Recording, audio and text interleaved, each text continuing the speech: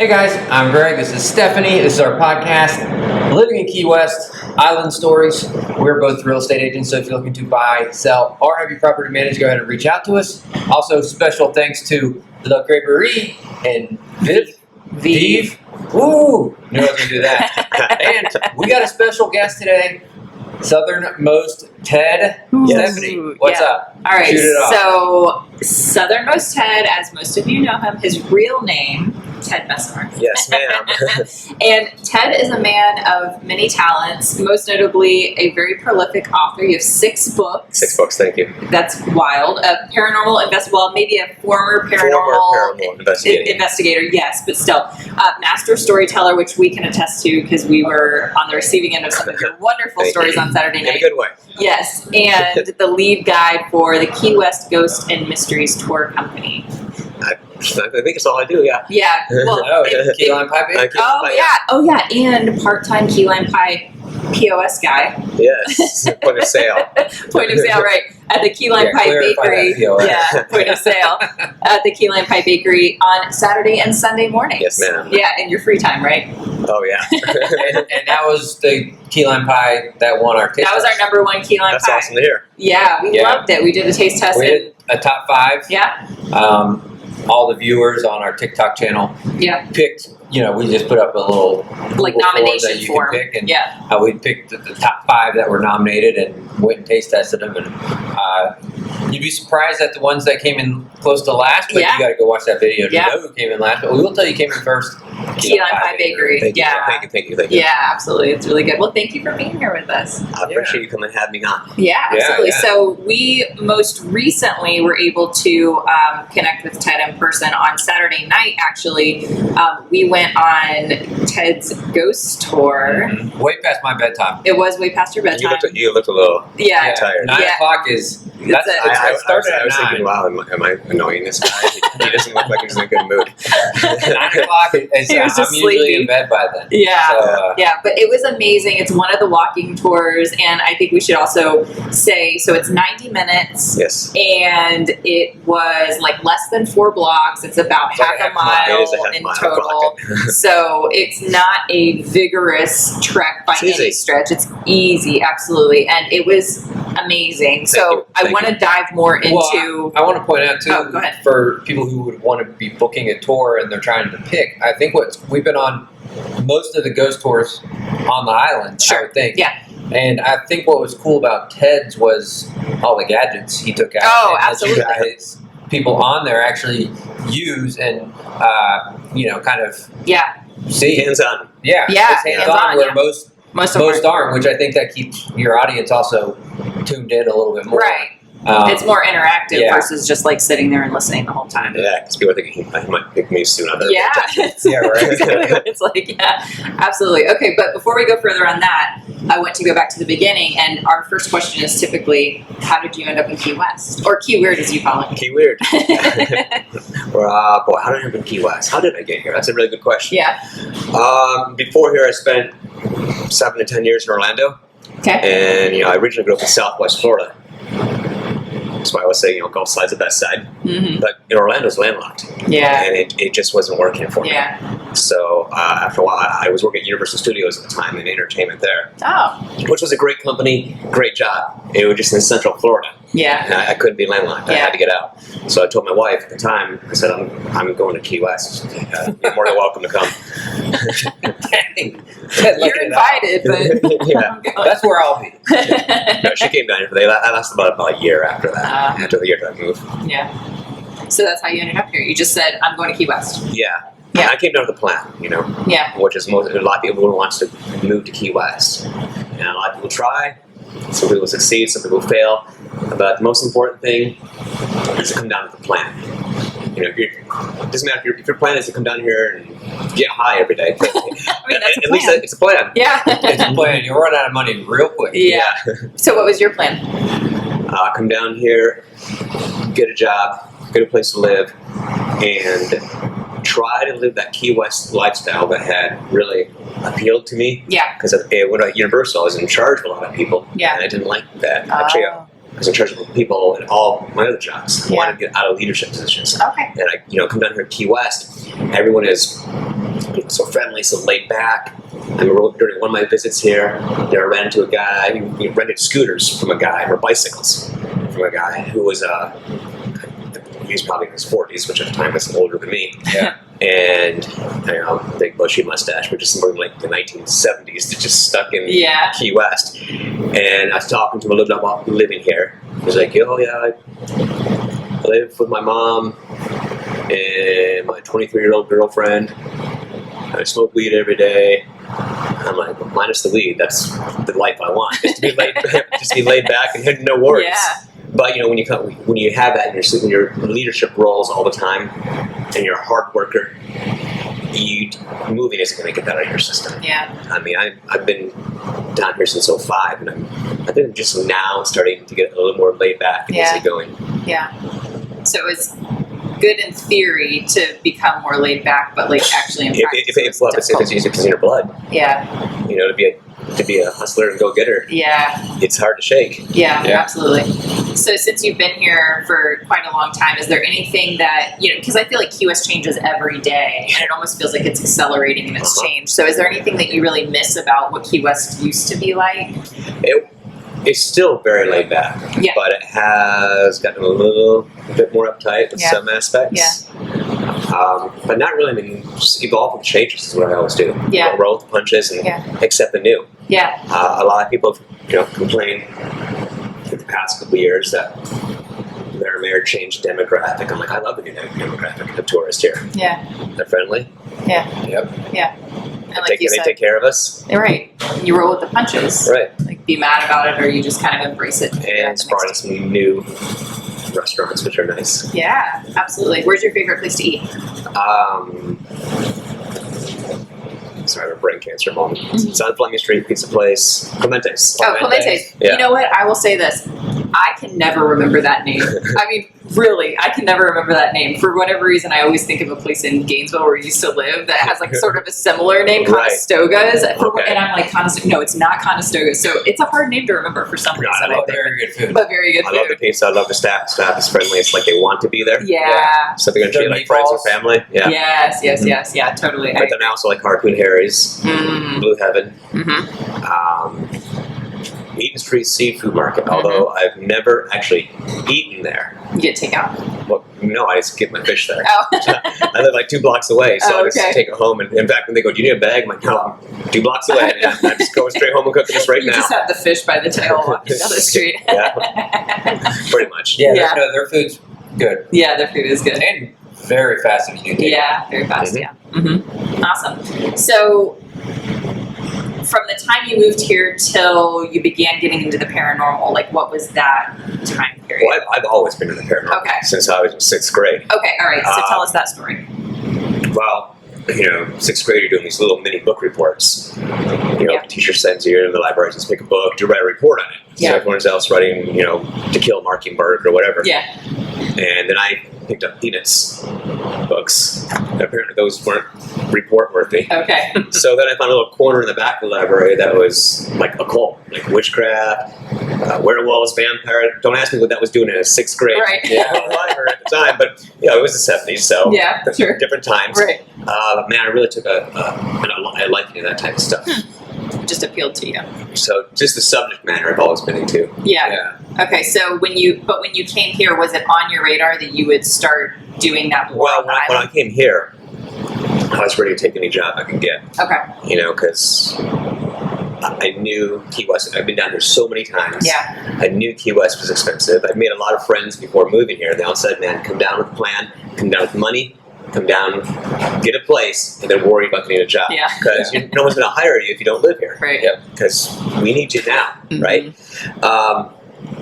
So with that, I'm sorry, lost my train of thought. It's okay. No, that's all right. So, how did you transition into paranormal work on the island? So I was looking, I'm walking up and down Duval Street, pick up applications, anything. And I keep in mind, at this point, I have never in my life waited tables, bartended, any of that stuff. I've never worked a register. Yeah. Didn't know any of that stuff, but I'll take any job you give me. Yeah. So I'm filling out every application everywhere. I go to Margaritaville, and I see this little brochure for a tour called Trails and Tales of Margaritaville. It was a Jimmy Buffett walking and drinking tour. Oh, okay. Oh, nice. So I go, well, that's entertainment. And I called the number. I said, hey, my name's Ted. I just moved here from Orlando. I'm looking for a job. I've spent 20-some years at that point in the entertainment industry. I know a lot about Jimmy Buffett, probably more than anybody else. What do you say? And the voice on the other end, his name is Tim Glancy, the owner at the time. He said, well, I'm not hiring for that right now, but I do have another tour. It's a ghost tour, and I am hiring for that. And I said, well, I just moved here from Orlando. I spent 20-some years in the entertainment business. I know a lot about ghosts, probably more than anybody else. So he invited me over to his porch, which was 2 blocks from where I was standing at the time. I was, dressed to nines, because that's how we all do it up in the normal world. And handed him my resume. He spends like 2 seconds to look at my resume. He goes, well, that's nice. Threw it away. And the garbage was, now tell me about yourself. Which is a cool way to do a job interview, right? Yeah. It means, because you down here, your resume means absolutely, you don't care who you were. Right. You care about who you are and what you can do. Yeah. So I told him about myself. He said, well, why don't you come on a tour tonight? I'll comp you. And I'll talk with you tomorrow. You can tell me what you think. And I go, well, I can tell you already, right now, what I'm going to think. Good job. Yeah. So, I went on the tour, loved it. And I spent the next 2 weeks training, learning the routes, learning the stories, and so, I'm a tour guide. Okay. But then at the time, they also had, they also had the trails and tails in Margaritaville. Then there was a walking Hemingway tour we did with cruise ships, which was a grueling tour. It was a marathon tour. And as you can imagine, the cruise ship crowd and the Hemingway fans, it's a little bit older demographic. Yeah. Oh, These are the people in the Key West hot sun. We're taking out for a 3.5 hour Oh my gosh. walk. Because what we pick up the cruise ship down at like Port Bravo or the Navy Pier, walk them through Bahama Village and by the Truman area, and then drop them off at the Hemingway house. Leave them with the Hemingway guides. They would take that tour, and we'd wait for them. We could pick them back up, walk them down Whitehead to Captain Tony's, get them all that Whitehead history. Wow. So that was a grueling tour. Yes. That's very grueling. Yeah. You see people coming off the cruise ship, with cold towels wrapped around their neck, and these are people you can tell they're just looking at it and saying, this is not designed for a long walk. And the first words out of their mouth is like, excuse me, sir, is this a walking tour? I'm like, yes, it is. A lot of walking. Yeah, you're coming down crooked, crumbly sidewalks. Yeah, right. Yeah. Oh, yeah, I didn't think about that. Yeah, precarious, certainly, sidewalks and such. Oh, my gosh. So have you been doing haunted tours ever since in some form or fashion? Since I came down here, I've gone through a lot of different jobs in my time here. Because like I said, it was hard to get that management thing out of me. But I've always been with the ghost tour. Just to stay one down here. 18-ish years. Yeah. Wow. It's a long time to hold on to one job. Yeah. Especially in Key West. Yeah, absolutely. So you also, at some point, started doing some paranormal investigation, which you aren't really doing much of anymore. I don't do it anymore. We ran into some people that are like-minded. Yeah. And at that time, paranormal investigating was a big thing. And the secret to that is, if you're really into it, all you have to do is find some friends that have money and are also into it as much as you in, but as long because they have the money, they buy all like the van full of equipment. Yeah, right. So you just kind of tag along and say, yeah, I'll do that. Sure, that sounds great. But you go on different teams or you travel around the country and do this and that. But after a while, when you're walking around dark buildings in the dark, so you're tripping downstairs, running the walls. That gets a little bit old after a while. Yeah. Plus, then it got to the point where it just so much. You meet all these people into it, but all they care about is their own ego. They want to come out and say, "Oh, look at me do this, look at me do that," because everyone wants to try to be the next Taps superstar or Zach Bagans or whatever. It's like, this is not about you. This should be about the history and the ghosts we're investigating. Yeah. Forget about you. Yeah. Nobody cares. Yeah. You know what? I just had like a little bit of a download right then when you were talking. And so I was thinking about, I think the reason that I really loved your tour so much, as opposed to some of the other ones that we've been on, not only in Key West, but also in other, like we've been on a tour in Savannah. We went on a tour St. in Augustine. the Charleston and the jail there. That one was cool though. That was really cool. But what I was thinking about was that yours is so authentically and passionately about the subject matter, and you're so knowledgeable about it, and it's less about your performance, which sometimes you feel like, and it's not even a knock on that, because I think some people really like that or look Yeah. for that, but like that's not what I necessarily want. And I think that's why I liked yours so much, is that you are such a good storyteller, and you can tell it's so much about the subject matter and not about your ego, like you said. Thank you. Yeah, it's really, really Well, good. yeah. What the tour is not about me at all. It's all about these people coming to Key West to visit us. I mean, they could have. I mean, first of all, they could have chosen anywhere in the country to go Yeah. vacation. Yeah, And this is a pretty big choice. Hotels aren't cheap here, so Yeah. I respect that to begin with. right. They could have. There's so many fantastic activities to do here. Yeah, They could have chosen anyone, and there's so many ghost tours down here. They could have chosen one of those, but they chose to spend 90 minutes of their vacation with us. Yeah. So to me, they deserve the best I can give them every night. yeah. Well, you do a great job. Thank you. Yeah, absolutely. So can we get into some specific stories, some specific topics? We can try. Ask specific questions. Okay. We'll see if I can answer them. off the Okay, top of so- my head. Well, I Oh, thought yes. during the tour it was interesting about how you said to approach Robert the dog, Yeah. because you always hear, "Oh, just say, can I take your picture?" When you and like you said, there's Right. tons of spirits there. So who are you actually saying it to? Right. Is it Robert? Right. Is it whatever? Mhm. I thought that was interesting. Well, there You are wanna 42 go on to different that. spirits at the East Martell Museum. So Mhm. if you walk and say, "Hey, can I take a picture?" There might be a lot of other ghosts in there. Which one of us are you talking to? Or you might be talking to a ghost that's much older than that, and they're saying, "What is a picture?" Yeah, right. Yeah. So tell us will you tell us your take on Robert, because I thought it was I think original. and he's interesting. great. Yeah. He was built out of love. Yeah, Well, he's built a factory, but he was given out of love yeah, to love from his grandfather, and then kind of re-given by his Mhm. nanny, mm-hmm. just to watch over Gene all the Mhm. time and really take care of him. Mm-hmm. And he's a good doll. He has a good personality. And just when people make fun of him, he doesn't like that. Yeah. All he's doing is standing up for himself. Yeah. So if you go out to the museum, you read these letters of apology from people who made fun of him because they didn't believe it, and bad things happened to him. So those people probably deserve it, because they were probably one of those people who just hey, you jerk, you don't look so bad, blah blah Yeah. blah blah blah. I don't believe in you. And it's like, well, now you do. Yeah. Yeah. So it's not so much about being like, oh, sorry, Robert, or being fearful. It's about, like you were saying, like approaching him like a friend, like, hey, I think you're cool, and I Yeah. want to take your picture. But he gets a That's bad okay. rep because It's a bad rep, on the TV shows. I mean, they're TV shows, so they gotta Right. Spice it up a they little. have to Yeah. enhance the spooky. Right. Because if you don't have a TV show, there's 20 other different TV shows, You're right. and you don't show the spooky. Well, they're gonna click and go to the next one that says it's spooky. Yeah. So he gets a bad rep. He's not Chucky. He's not Annabelle. He's just the opposite, actually. Yeah. So be cool with him. Be cool with you. Yeah. He's misunderstood. Uh-huh. Yeah. Absolutely. I liked that take. I thought that Sweet was Robert. It. Sweet Robert. Yeah. He is. I think so. I should start calling him that. Yeah, Sweet Robert. there you go. He might like it. Yeah. He's got boundaries. I mean, that's really all it is. He's sticking up for himself, like you said, Right. which I think is great. So, another place that we stopped in, I actually thought this was interesting, because when I've done research on haunted places, the Hard Rock always comes up as a haunted place, Right. but never topping the list, like from what I've seen. And Right. you are like, no, it's absolutely one of the most haunted places It is. in Key West. So, why is that your take? Because based on the activity we have there. Yeah.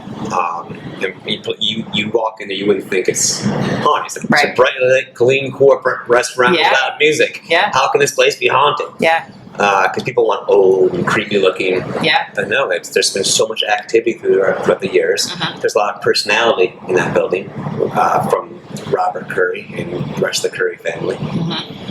So one thing that I was talking to you about after the tour on Saturday was when I had done some research into the history of it, like looking at like newspapers.com and Ancestry and different things.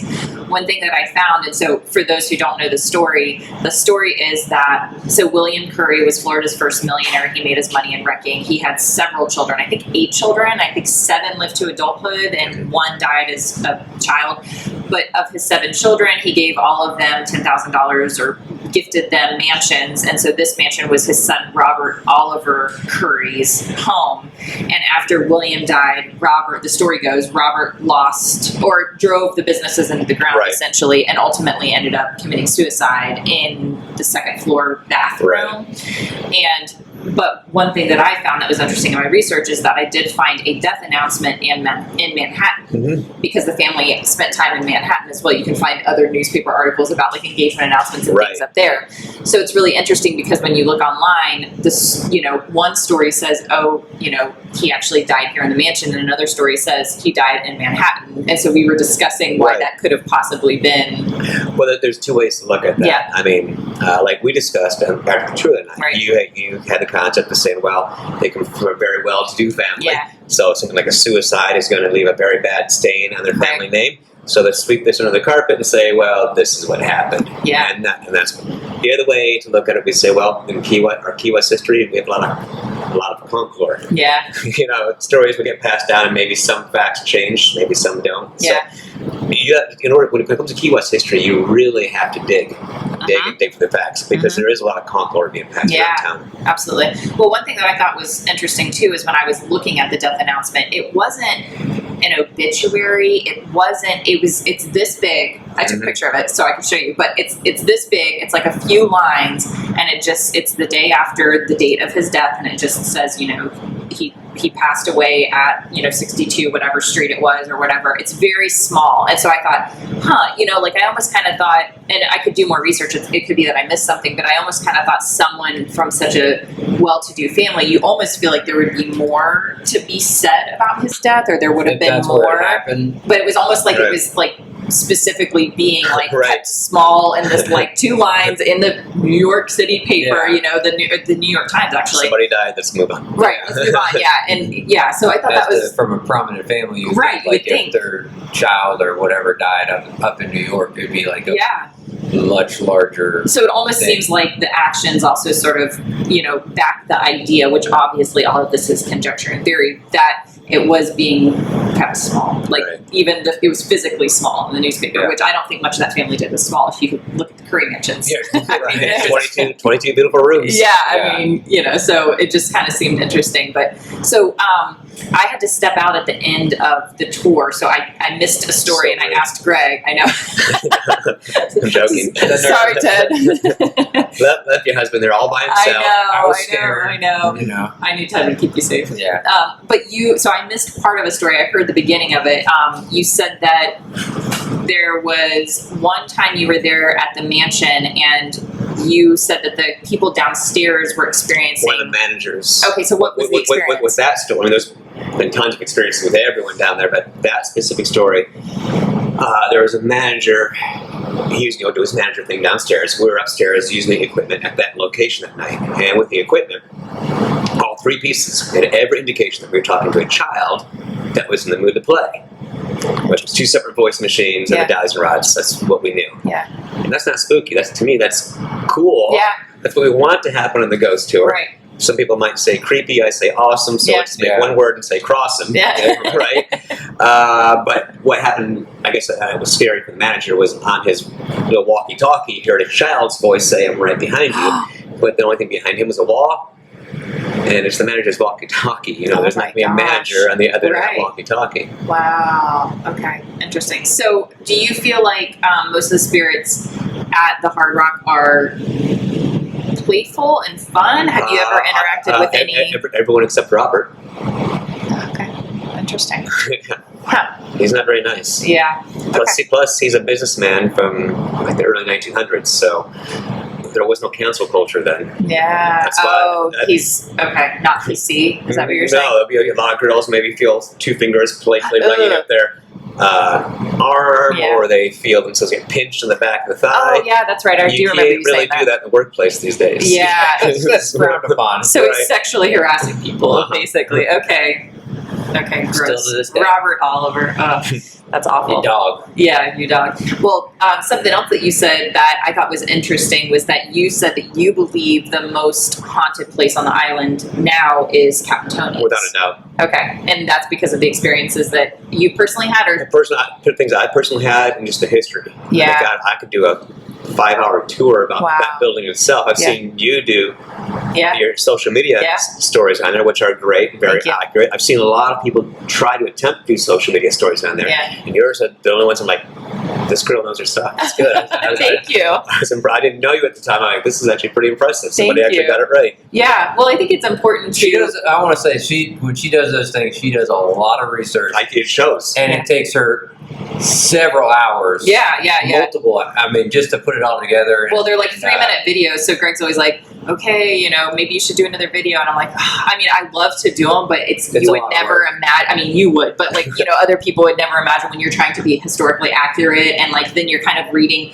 all these different sources, and I always want to make sure that I'm being as accurate as possible, but understanding there is comp lore, and so you're kind of cross-referencing and trying to figure out, and no matter what everyone says, you have to figure out how to get it down to 3 minutes. And you figure it right. You got to do it in 3 Yeah, minutes. and then everyone goes, you forgot to say, or that's not what I heard, I went on a tour. They say all that, and I'm like, I get it, I understand. Yeah. Exactly. Let us I watch. try to cross-check the facts as much as possible. But yes, thank you so much for saying that. I really appreciate it, and that means a lot coming from you, really. Thanks. So, what experiences have you had at Captain Tony's? A lot of women would go in there when they go in the female restroom.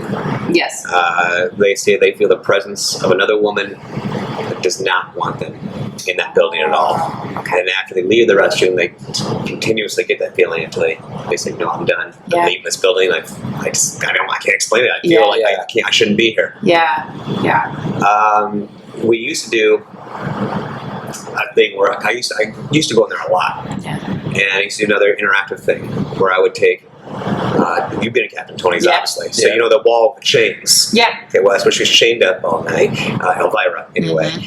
And I used to, find one lucky female guest, put her up again, her arms over the wall, put her arm, overlay her hands and wrist, put the chains around her wrist, and we either give them at that time an EMF detector to see if it would start blinking red, and start getting that thing to light up red, getting the blink, and a lot of those guests would say, "I'm done." They'd stop crying. I mean, they'd stop because they had started crying. Really? They had to leave the tour immediately.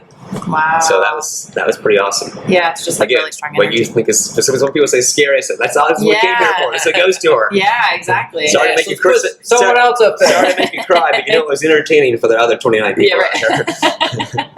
Absolutely. So, I think it's really interesting too, and I'm not really sure that I even have a question. I'm just presencing this, but I think it's really interesting. A lot of times when we put stuff out on social media, you have people who are like, "I had that experience," or "I feel energy." When specifically Captain Tony's, actually, we have a lot of people who are like, "I walked in and I walked out because the energy was too strong for me." Right. And then you have people who are like, "It's fake." I've been there 100 times. I've been there 100 times. I never felt anything. And that's fine. Yeah. So what's your take on why some people are maybe more sensitive to it versus people who think it's just... They just way people are made up. Yeah. Some people can pick up on it, some people can't. Yeah. And, if you can't, that's fine. Mm-hmm. And you'll learn a lot of cool history either way. Yeah, on absolutely. the tour. Yeah. But I always ask people. I said, you get the people you can tell they're just because their significant other wants to be there. Right. So they're gonna watch a minute tick away 90 minutes so they can get to the next bar. Right. And start drinking again. Yeah. I said, listen, I understand you want to be here. That's cool. I appreciate you being a supportive significant other to whoever this is next to you, which is great. And all I ask is believe the history. Yeah, the history, I'm not going to change your mind. It's not my job Right. to make a ghost believer out of anyone. Yeah. It is my job to tell historic tales. Yeah. Now, should something happen tonight? Cool. And should something happen that makes you walk away thinking there might be something to this? Right. Mm-hmm. Cool. Yeah. If not, still cool. Yeah. You learned some stuff. Just try. Yeah. Try to have a good time. Yeah. Rather than crossing your arms for 90 minutes and moping. Right. Who knows? You might walk away saying that was actually pretty cool. Yeah. Yeah. Well, I think it's cool even to just walk around Key West at night or whatever. I mean, it's just fun to side go to streets, these different. away Yeah. from Duval Street. Absolutely. Yeah. I think it's so cool. So, have you been to, or have you done any paranormal investigations at the Firehouse Museum? I have not. The person you definitely want to talk to about that would be David Sloan. Yeah, I know he has. Yeah, so I was actually asking you about it because when I first started doing paranormal videos, one of them was about the Firehouse Museum, and we had been wanting to go, anyways, not ghost wise, but just to go there in general. So we were kind of just curious, and we downloaded a couple of apps with like the SLS and like the ones where the voices come through. Where they speak to you. And we were like, let's just see. Like, we were just curious. So we went in and we had some really weird experiences. We were the only ones there. We were the only ones there. It's a very cool place. Like, go there without the ghosts or anything, right? Anyone who's listening.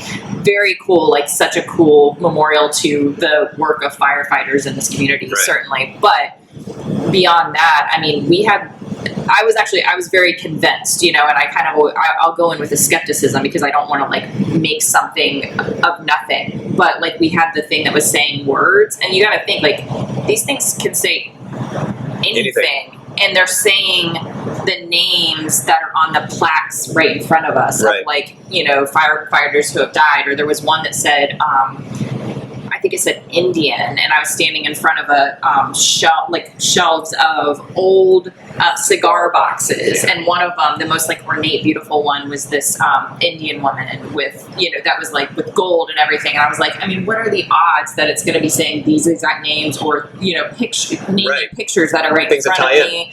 Yes, there were some other things too, which now I'm... Well, there's some at the cemetery. Yeah, that's right. We had some weird experiences at the cemetery. Greg, are you joking about that when you talk about the Otto family plot? Are you like embellishing that? Is there truth to it? Greg tells a ghost tale of his own.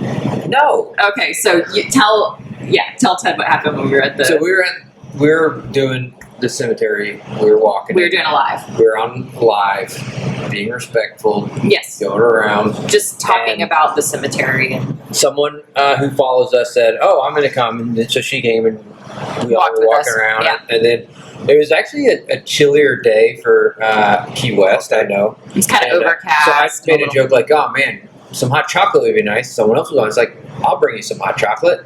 So he brought us some freaking homemade hot cocoa. And we all were kind of standing around, hanging out, talking. But I was on the live, so I always feel like I'm so rude when I'm on the live because Stephanie will stop and talk to someone, but I don't because I'm on with 500, 600 other people. Right. So I got to keep moving. Yeah. And so I kept moving by myself. And prior to that, when we went by the plot, the Otto family plot. Right. I got chills there. Nowhere else. Just right then, I got chills. I was like, okay, that's weird. And we kept walking. We walked back by. I got chills again. Only near that plot. Left. Had the guy brought us the hot chocolate. Luckily it wasn't poison. We Shout out Samuel. Yeah, Samuel. Go see him at La Tida. And so I kept walking, and we were the only ones in the cemetery. And I just kept walking by myself, on the live, and I had the hot chocolate. I swear, I mean, it's big, but it's not that big. There's no one, I couldn't find them for like 15 minutes. Everyone stayed on the live, so I always make the joke, because it's not a joke, guys. I went into like an alternate dimension, right? Because like I couldn't find them. Hot chocolate was still with me. People were still on the live, but I mean, there was no one, and I was walking in circles, so I couldn't find them. And finally, it was like, oh, there they are. Yeah. So I have heard many stories like that from around Key West, where people just feel like transported to another time or dimension for a brief second. Yeah. Or maybe a few minutes. Yeah. That's what Greg says. That's I guess it's common around here. Yeah, absolutely. Maybe there's like a portal in the cemetery or something like that. Let's just say if I didn't have the other 500 people on the live with me, I would have been very right. But I do think it's also worth noting, and I don't get chills when we go to the Otto family plot, but Greg always gets, like, anytime we go around there, because there's like a gate around it, and anytime he goes in, he's like, oh, I got chills, I gotta go. Like, he just feels like very, chills just talking about it. Oh my gosh, yeah. You're sensitive to it. Something about the Otto family. Sweet Robert, though. Robert's your friend. Yeah. Yeah. Me and Robert, best buds. Actually, when we were doing a live, we did a walk on Halloween. Yes, we did. And we just went to like this most haunted places, in our mind, but we went by the artist house and up there at the top. Oh, yeah. I remember this. Where he was kept. The blinds moved. Oh, yeah. For sure. People on the live people saw on the live saw it. They're like, did you guys just see that blind? And I was like, I did. We're moving on. But yeah. Well, if you ever go back in that building, where you want to go is the second story, the back rooms. We've never been in it. You go, oh. It was just from the street. I saw the blinds up at the very top room. Like moved? Yeah, like almost shut. So if you go in, you want to go upstairs? Upstairs in the back rooms. So you're going to go up a very narrow staircase in the back. There's smaller rooms because it would have been nanny quarters. And Right. there's some angry spirits there. Ooh. So, I mean, if you want to go get a ghost experience, or you feel yourself get poked, that's where you go. Because it's from like where the nannies were, which when you were telling us the stories about Robert and the Santeria, right? Right. And the well, I nannies. mean, they would have been kind of angry because in that time, nannies weren't treated so well. Right. Yeah. Interesting. Okay, so I do also want to talk about on your tour something that's very unique, which Greg has already touched on, is that we do the interactive. So we did the what are those dowsing called? rods, The dowsing rods, divining rods, whatever. Yes, yeah, and then water also finder rods, whatever you want to find. yeah. So I did that, and you posted a video of that on your social media, so I can attest to that being like that's I mean really the look on your face in the video was actually you can tell there's something happening with you. Yeah, it wasn't spooky feeling or anything like that. It was just, I think I was so surprised at the amount of energy.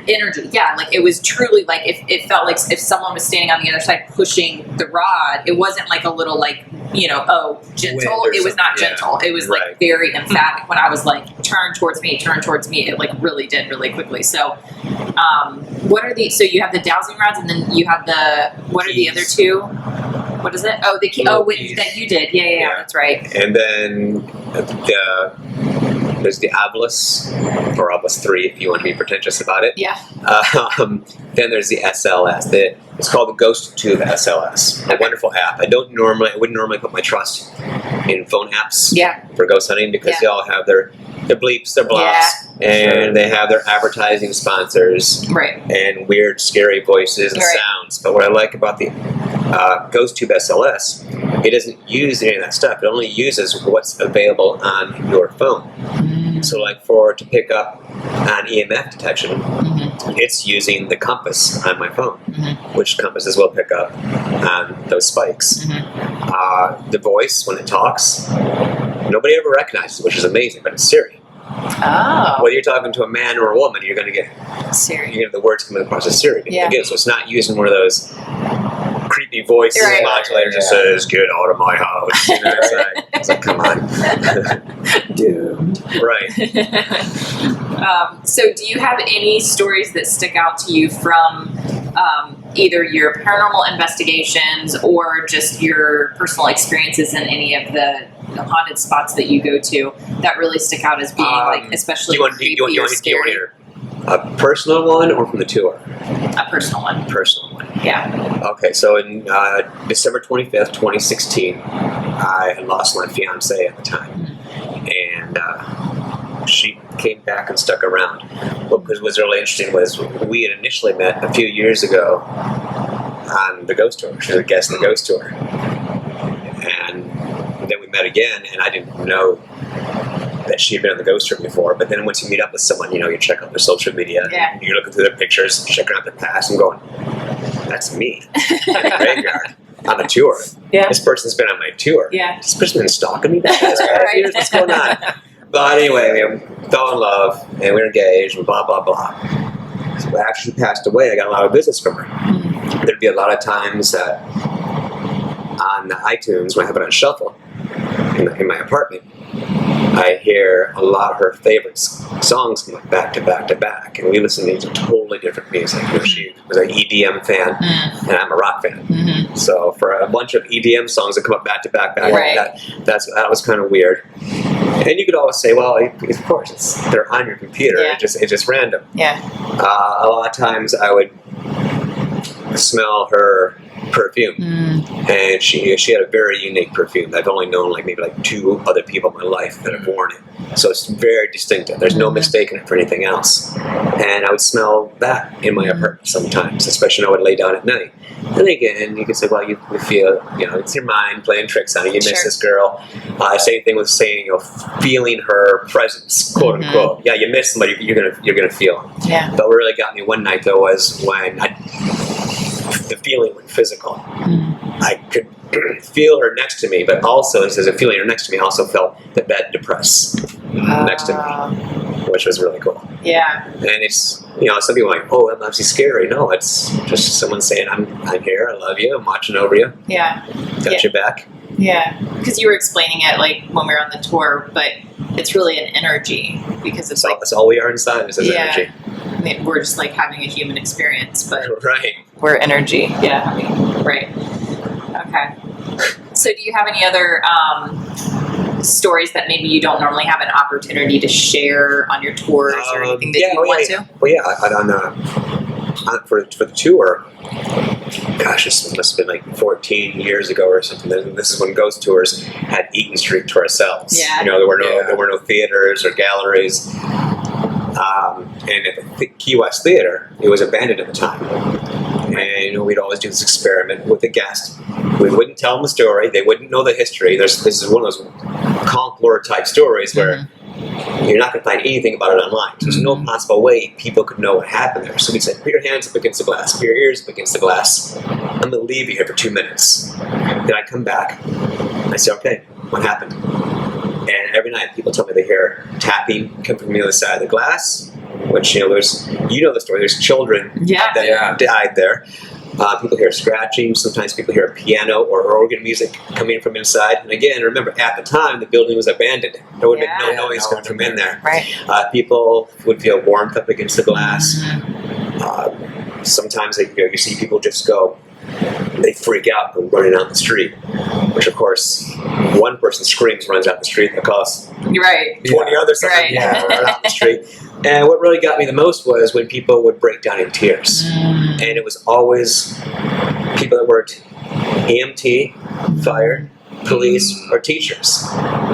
The first three all have to do with rescue and fire, which was there's a horrible fire there that tragically killed all those kids. And teachers, they work with kids. So the kids working out.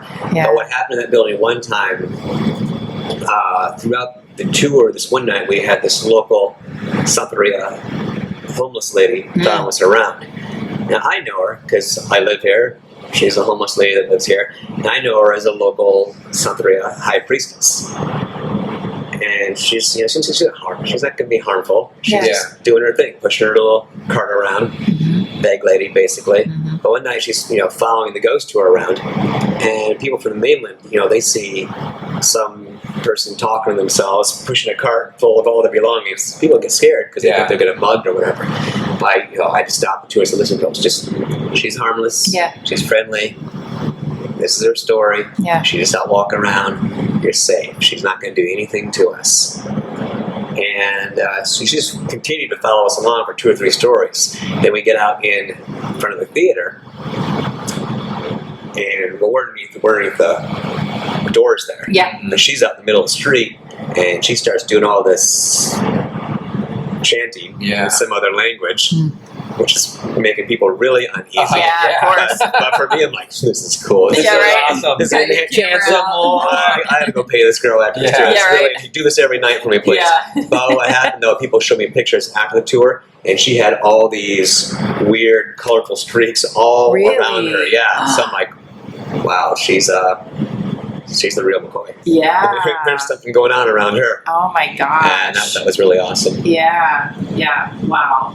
These are cool stories. I could keep listening to all your stories. There's a whole book about them. I know. So chapter 2. Right. So let's talk about your authorship. Okay, so you are an author of 6 books. 6 books. Okay, so what are they? Okay, well, the first one I came out with, I think it was the first one, I was scared. Because people would always along in between stops, people always ask, hey man, what's the scariest thing you've ever seen? Just like you did. So I wrote a book about it. That way I can say, hey, there's a book about that. You can buy it on Amazon. Brilliant. No, I'm not like that. I tell people, just like I told you, but I also will plug in, hey, there's a lot more stories about the book. But what it started out was, it was going to be to answer that question. All these scary stories that happened along my time in the tour. But it ended up being little scary stories ended up in little tidbits at the end of the book, because the rest of the book ended up talking about scary things that happened on investigations. So I would just tell stories. So like, it's basically, I describe it as a behind-the-scenes look at paranormal investigations. So people are big fans of the TV shows. You know, they want to know what it's really like to do an investigation.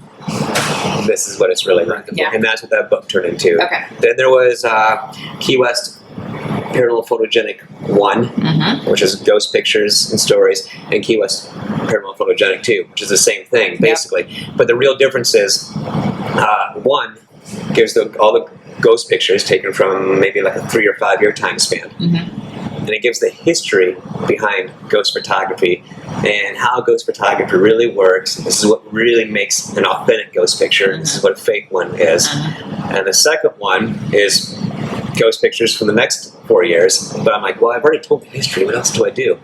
So then I go, oh, I know. I'll add to the pictures, I'll add the stories behind the pictures that the guest that took it, and the story what happened that night, and the history behind those locations. So just make it, it's not just another picture book like that. And from there I wanted to get into a little bit of something different, write them with more freedom. Because anytime you're writing nonfiction, the one thing you have to do at the end of every book is source yourself. You're like, oh gosh, where did I get that information from? It's a pain in the butt. So I wrote fiction stories just to, I don't have to source this. This came up in my head. So I started a fictional series called it's about a universe I created called the Peking Islands. The locals pronounce it Peking, but it's pronounced, well, they pronounce it Peking, but I spell Peking like as in Peking, because what it is that chain of 5 islands, 60 miles off the coast of Daytona. So obviously, yes, completely made up by me. But it's also a mountainous region.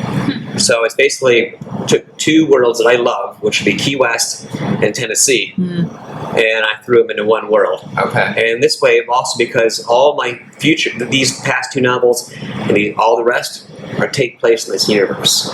So theoretically, even though these stories aren't tied together, theoretically the characters at one point in their universe, in their lives, could have crossed paths. Kind of like Stephen King does with all his stories taking place in Maine. I like those. And then this latest book, Until It Sleeps, was it's a book about my first 7 months of my battle with brain cancer.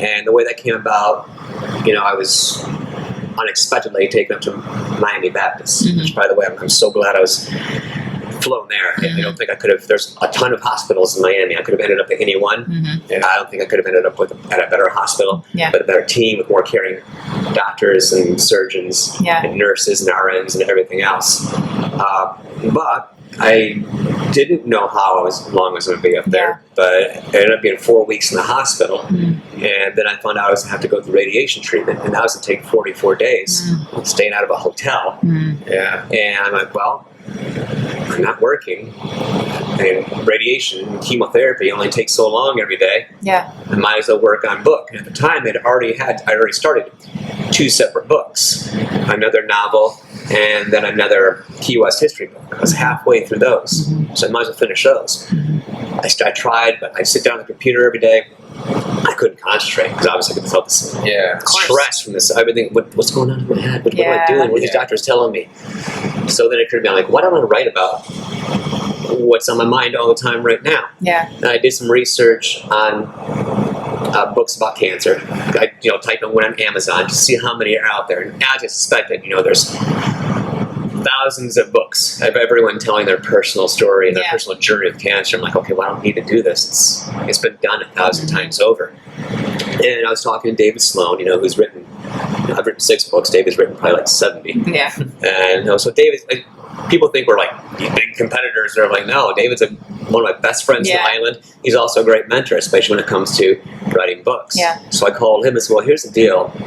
I want to write my journey about this, and my story about my journey with this, but there's already all these journeys, these stories out there about this. And he says, well, why don't you call it A Ghost Hunter's Thoughts on Battling Brain Cancer? And I go, it's genius.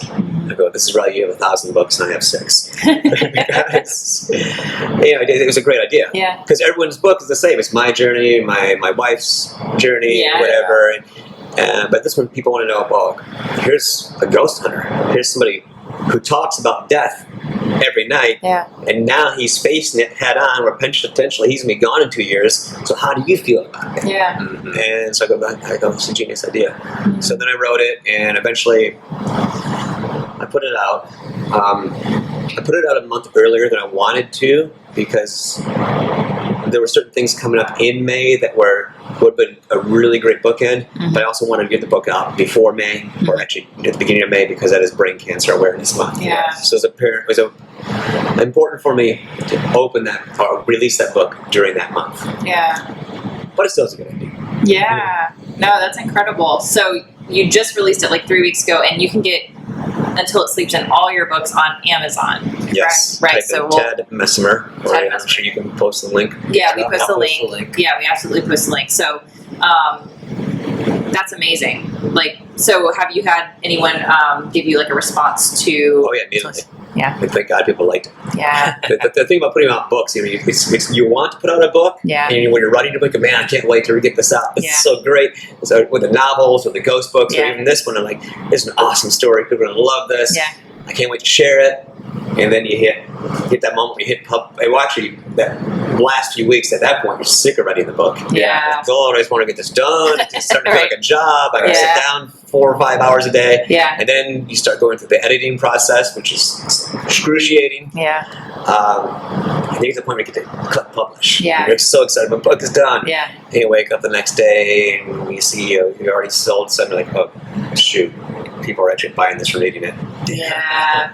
Especially some of the books, you like my book Pepper, which is the fictional novel. I mean, that's really, really out there. Yeah. It's a psychological thriller. Yeah. That is so psychologically messed up. I went through 3 months of treatment myself, talking to a therapist after writing the book. Really? Because the antagonist of the story just messed with my head so much. Wow. And it's like, I wrote this. Yeah. I know this character is pretend. Right. Yeah. And it messed with my head. Wow. And that's the way that the book is written. That Pepper is written. It is a psychological thriller. Yeah. And it does have a really messed up, horrible ending that I was ashamed of. Like, God, my parents are going to read this. Oh my gosh.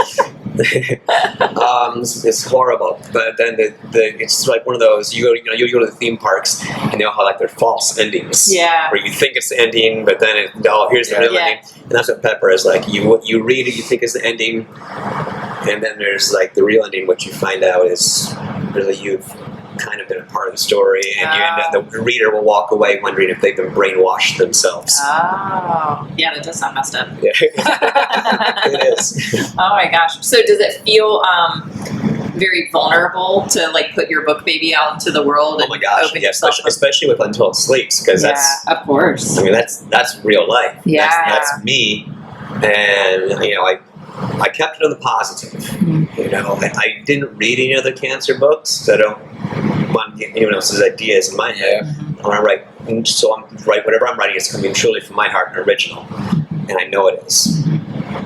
Now, if I read someone else's now and I see it sounds similar, well, of course we all have similar experiences. Yeah. In fact, there's one chapter in Until It Sleeps is called "If You Know, You Know, and I Hope That You Never Do." And that's basically to other people going through cancer treatment themselves, whatever the cancer treatment, whatever type of cancer it may be, to realize they're not alone. These things happen to everybody, and these are things we all experience. Like anytime you tell somebody you have cancer, and all of a sudden they feel compelled to give you a list of everyone they know that's died of cancer, and you're like, this is not helping. This is not helping. I'm sorry if you're lost. I truly am. Yeah, right. But I'm kind of dealing with this myself. I don't have space to hold for that right now. Yeah. Oh my God. But it's just like the people going through that treatment. It's like, listen, you have this going on in your life. You have these issues. You have these complaints. Everyone telling you to drink plenty of water. All your friends telling you to drink water. It's like, yeah, I know, I am. I'm doing that. Make sure you get plenty of sleep. And like, well, I would. if you stop texting me for the past 20 minutes. If you leave me alone. Well, it's funny because people will text you, ask you how you're doing. I'm doing great, but just I'm trying to take a nap. Just put that out there in the text, thinking, okay. Most people would say, okay, well, thanks. Sorry. Yeah, but no, so, and they'll say, well, yeah, but okay, well, what have the doctors said? And they keep going. Yeah. And you're like, you tell them, and you keep trying to nicely say, I'm trying to get some rest right now, but I will get back to you later. 20 minutes of chime later. Then they finally say, okay, well, let me know how it's going, and make sure you get plenty of rest and drink lots of water. You're like, I was getting rest, but now I'm so frustrated after the past 20 minutes of text. Yeah. I can't get to sleep. Yeah. Thanks for that. Yeah, thank you. But again, and not just me, that's something that when I first got this, found out a couple of social media forums or groups. Yeah. And I talked to people and find out they're dealing, they had the same thing. So I'm like, okay, I'm going to write a chapter about this so that other people know. We're all dealing with the same issue. Yeah. And you're not alone in this. Yeah. Every cancer patient has the same issues they deal with. Yeah. And it's also kind of like underlying, like people who aren't going through it. If you have a loved one going through it, Please read this chapter. Right. This is what we're going through. Yeah. What not to do. Yeah, exactly. Right? Yeah. So what would you say is the best way to support someone who's going through cancer or like a health challenge? Well, every patient's going to be different. Yeah. There are a lot of people, it's best to leave them alone. I mean, if you ask somebody, or you find out somebody has cancer, first of all, don't ask me what type of cancer. Oh, right. Unless they tell you. Yeah. If they want you to know, They'll tell you. they'll tell you. Yeah. I tell everyone right from the get-go, I have, a level 4 glioma tumor, brain cancer. Obviously, I don't have a problem talking about it since I wrote a book about it. Yeah. Yeah. That's not to say come up to me on the street and start asking questions about it. But some people just they don't want to talk about it at all, and leave them alone. But give people the support, and don't tell them everything they should be doing. I mean, one thing I found out, and everything I found out from other cancer patients, they deal with the same thing. All of our friends and family, you find out, without warning, all of a sudden have degrees in oncology. And want to tell us all these things about how to beat cancer, send us all these links. This is what this person is doing, and this is a new way to take care of cancer. So, I'm gonna trust what my actual oncologist tell me, and not this new wonder pill that you found online from somebody who knows if they're really a doctor or not. Yeah. Yep. Yeah. So do you think it's maybe best to check with someone and ask if they would be open or want to hear something you read or something you found, or if they're going to say... Well, if you're going to send advice to somebody, it's cool. It's coming from the right place. Sure. I get that. Yeah. Somebody sends me a link to a better diet. Right. It's coming from the right place. But man, trust me, I've done the research. Yeah, you've done it. It's not like I'm sitting back and letting this happen. I've researched everything. I'm changing my diet all the time. I'm finding out new things. Yeah. A couple months ago, I cut sugar completely from my diet. Yeah. And now I just recently found out actually I can eat dark chocolate as long as it's like 90% cocoa. Well, that's great because that first month was horrible. Yeah. I love chocolate. Yeah. And I had to give up a lot of things. I had to give up pork. I love pulled pork. It's my favorite sandwiches. So there's that. But as far as being comfortable, just find every person's different. Everyone has their boundaries. Yeah. So asking maybe about the and boundaries. respecting the boundaries. Yes. That is the boundaries. Yeah. A lot of I think times that's a key to life, just generally. In general. Again, from our side of point of view, I understand.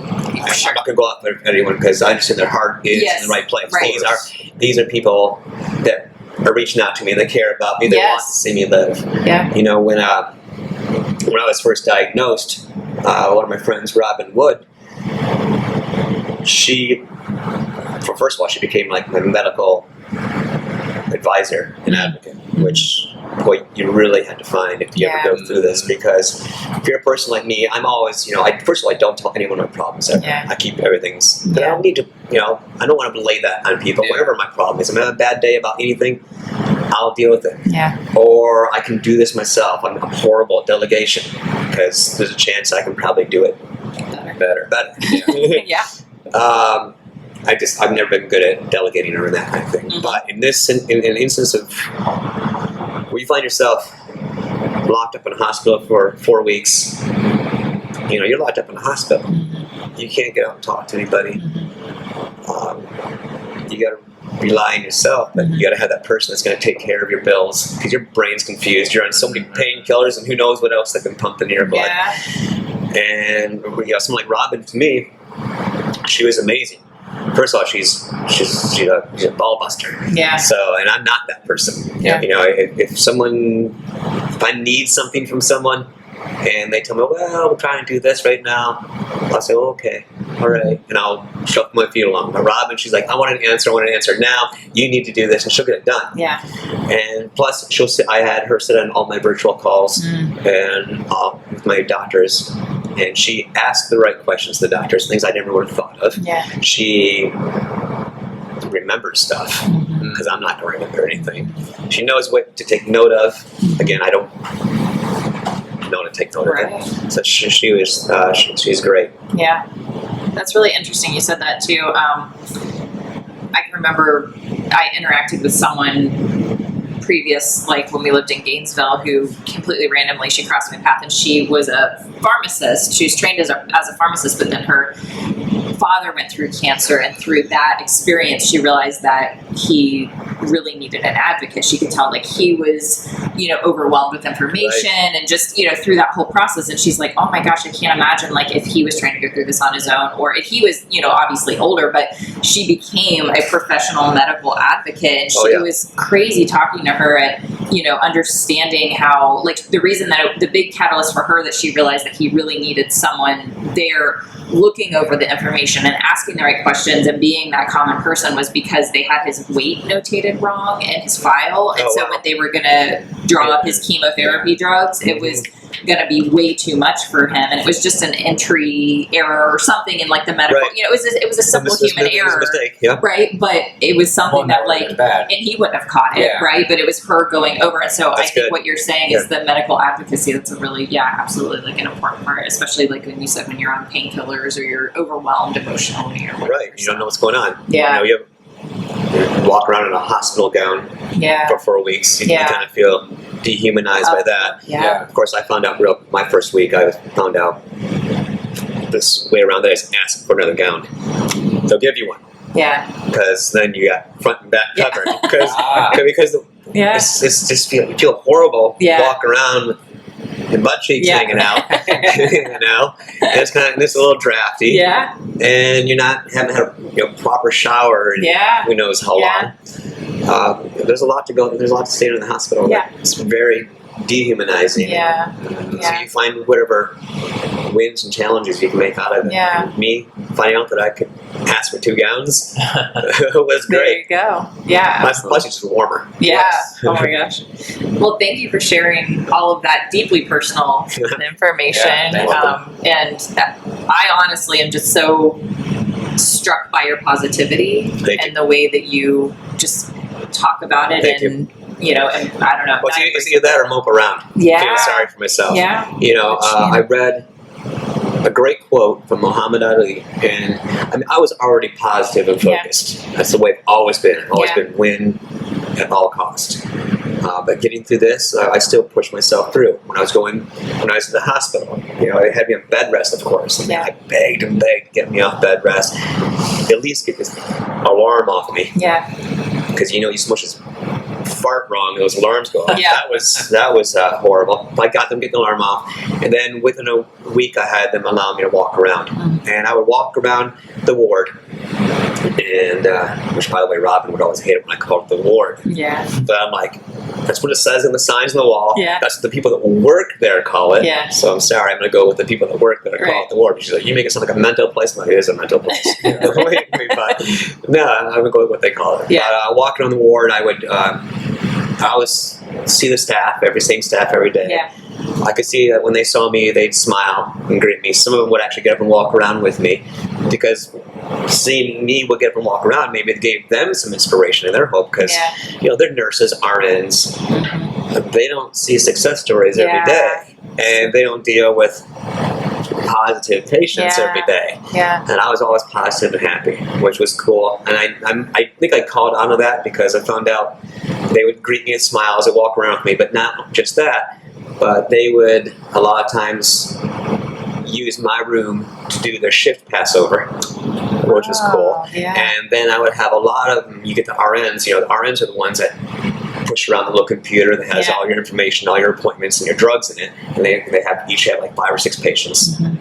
But they would always do their computer work, their busy work, the paperwork that a lot of people don't know nurses and RNs do. They spend a lot of time doing paperwork. Yeah. They think all they do is walk around and poke needles, but there's so much more to their job, and part of it is computer work. But they would come and do that in my room, as opposed to like doing it out on a shared computer in the hallway like they're supposed to be doing. And some people that might have bothered, but I actually enjoyed it. I enjoyed the company. I got to know these people at deep personal levels. I mean, they would tell me things that, very personal things about their lives. I'm like, I'm just a patient. Should you really be sharing this with me? But it's kind of a compliment. It's like, well, I must have left something on them if they're being this cool and friendly with me. Yeah, absolutely. Well, it's probably like your positive energy. I mean, there's a lot to be said. We just talked about that, right? Is everyone's an energetic being, and I think that your positive energy, I'm sure that was a breath of fresh air for them. Right. Well, especially in where they're at and in that line of work. Right. Yeah, absolutely. So the thing I was getting to with that long distraction I took, I don't know, sorry. I'd read a lot of other stuff about cancer treatment and cancer inspiration. And I saw an amazing quote from Muhammad Ali. He said, "Don't count the days, make the days count," which was fantastic for somebody in my situation.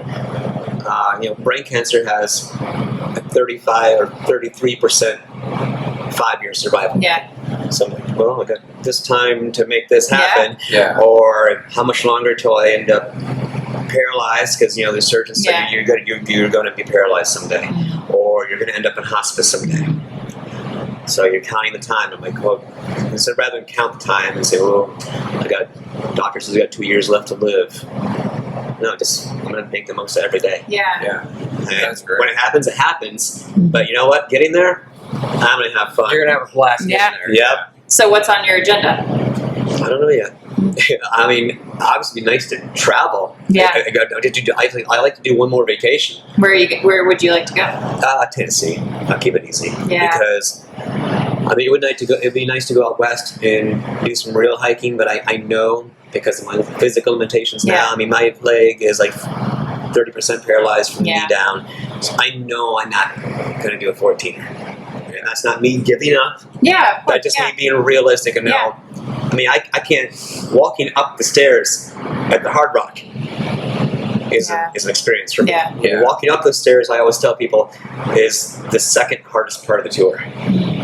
The first hardest part of the tour is walking down those stairs. So I'm like, well, if I can't walk down stairs in a 2-story building, how am I going to do a 14,000 foot hike in the mountains? In Tennessee, they got some hikes, but it's not too strenuous. And they're past trails, but there's enough people out there with a bad word to happen to me. There's somebody out there that would say, that guy doesn't look good. Maybe pick him up or help him out, or maybe start calling a paramedic or something. Okay. So trip to Tennessee. Definitely. Just I want to be in the mountains. It's beautiful. The Smoky Mountains, right? Oh yeah. It's beautiful up there. We love that area too. Like West North Carolina and Tennessee. Okay. Okay. So I have a couple of quick questions to wrap up. Okay. All right, Do you have any pets? No pets. Okay. I wish I did, but honestly, I'm a single Key Wester. Working multiple jobs. I'm not home enough. And I just wouldn't feel right leaving a pet alone that long. It's not fair. And I don't want to sound like a jerk, but like a dog, dogs are great. But man, it's a commitment. I'm going to spend the next 17, 18 years cleaning up this thing's poop every single time it poops. It's true. That makes me sound like a jerk. No, I don't know. I think it makes you sound realistic, and I think it's kind of you actually, in fact, to say, I don't have the capacity or I don't have the desire, because it always makes me feel bad when people have animals and they don't embrace them as part of the family, or they're kind of like an annoyance. It's like, that's a being, and you feel bad for them. So, okay. What's your favorite way to spend a day off? In any of our wonderful state parks in the Keys. of course, that down here is easy to get to, and that's great. Bay Honda is great to get to. Good views up there. Yeah, Beautiful for water. sure. Beautiful. Through the Middle Keys. Yeah, absolutely. Okay. What is something people would be really surprised to learn about you? That I'm nice. You're nice. You are. Just because it's just my natural disposition. You know, I have this RBF look on my face. Same. all the time. I think we all do. Yeah. Right? Yeah, you thought he wasn't having fun on the tour. Yeah. So, I mean, and I am nice, and at first I may not be talkative, or especially in a group setting. Yeah. You know, you throw a bunch of strangers at me, all of a sudden, I'm going to be the quiet one. And people will say, or if I went to, in the past, I go to a bar, you know, some complete stranger comes up to you and says, "Hey man, come on, smile, have a good time." And you're like, I hate that. Yeah, stranger Well, touching now you. I'm not going to smile. I was having a good time actually until you just completely touched me. Now you ruined my night. Exactly. Yeah, totally. Okay. Yeah, we all, I think we're all in the same boat Yeah. there. I always, you know, when I was giving interviews at a place I used to work, I always would try to keep it light, keep it. Yeah. You know, you're going into kind of a scary Yeah. situation. You're in there for an interview, and after I'd hire someone, I was talking to him. He's like, "Yeah, man, I was worried about the interview. Like I was intimidating for the interview when I was trying to be." You were like going out of your way to be like try to be kind because But, there's a stoicism I think that maybe could be like mistaken. As, Yeah, you know. I'm a nice, kind-hearted person. Yes, you are. And I guess I'm an introvert. And you wouldn't think that because I get paid to stand in front of 30 people every night and talk. Yeah. It's my job to be interactive with people. Yeah. But no, I'm quite the introvert. Yeah. Especially when it's thrown at me last minute. Yeah. Yesterday I was supposed to meet up with a friend for lunch. And it was a last second, not last minute, but last second change where all of a sudden 6 of her friends were all of a sudden joining us at Harpoon. And I don't really know any of these people. Yeah. Now I'm forced into social interaction with people I don't know. Yeah. It'd be nice. Yeah. I had a great time. Yeah. I'm glad I met all these people. Yeah. But then I started a little bit more talkative. Yeah. It took me a while to open up. I get it. Totally. Yeah. Okay, so what is some advice that you would go back and give to 18-year-old Ted? Or it doesn't have to be 18-year-old Ted. It can be younger man Ted. What do you wish you would have known when you were younger? Stay off the drugs. Mm. Most importantly, I guess, if we're thinking of like 18-year-old Ted, Mm-hmm. it would, material doesn't matter. Mm. Back then, I wanted to have a nice car, and your parents, your grandparents would always tell us, all you need is something to get you from A to B. I'm like, no, I got a flashiest car. I gotta go impress the girls. Yeah. None of that matters. And I go on vacations more. Back then, I was so involved with my work. With the time was radio. I was so involved. I was so dedicated to that. And I go years out of vacation. It's because I was like, don't do that. Vacation, enjoy yourselves, enjoy life when you're young. Yeah. Mm-hmm. Spend more time with You can. experiences. You're still able. Yeah, right. Yeah, absolutely. Okay. And my last question is, which I know the answer, but I just want to make sure that we underline it. How can we best support you? So it's the buying of the books, right, on Amazon, which will provide the link. Yes. And then Buy my books. Yes, buy your books.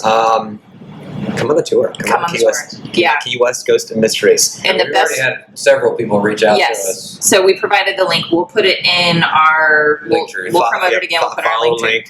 Yes. And if you Google it on your own, just remember the keyword is mysteries. Right. Because there's us and then 12 other copycats. Right. Key West Ghost. Key West Ghost. Everyone has the word Key West. Yes. And everyone has the word ghost. Ghost, right, yes. Yeah, so it's Key West Ghost and Mysteries Tour.com, which we will put in our link tree. We'll put in our YouTube video. We'll put it everywhere. DM us if you need it. Yep. We'll send it to you. DM Southernmost Ted. That's where he is across Instagram, TikTok, and Facebook. You can find him.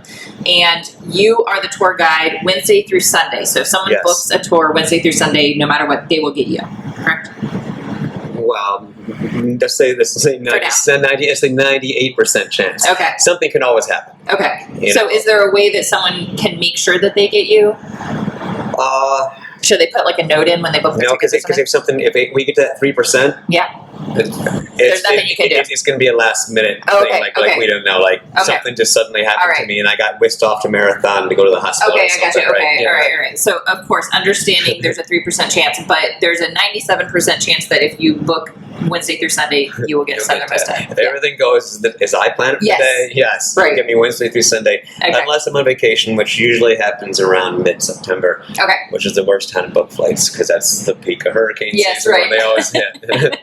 Okay, and so buy your books, go on your tour, and Come then see me at the Key Lime Pie Bakery at Thank you. 412 Green Street. Yep, Yeah. on Saturday. Sunday mornings. Yep, Saturday and Sunday mornings. Yep. And that's the best key lime pie on the island, in our humble Fact. opinion. Thank Which you. doesn't have anything to do with Ted. Ted's the proverbial cherry on top when it comes to the best key lime pie. But No, I'm just a worker there. yeah, just work the If you want point to of talk to, if you sale. want to talk to Cherry Top, I know Bill. you know Bill. Yeah. Bill is the one that told me about y'all, Yes, we love Bill. Yes, Bill. and you can do an interview with him. Just give yourself a 4-hour allotment. Oh my gosh.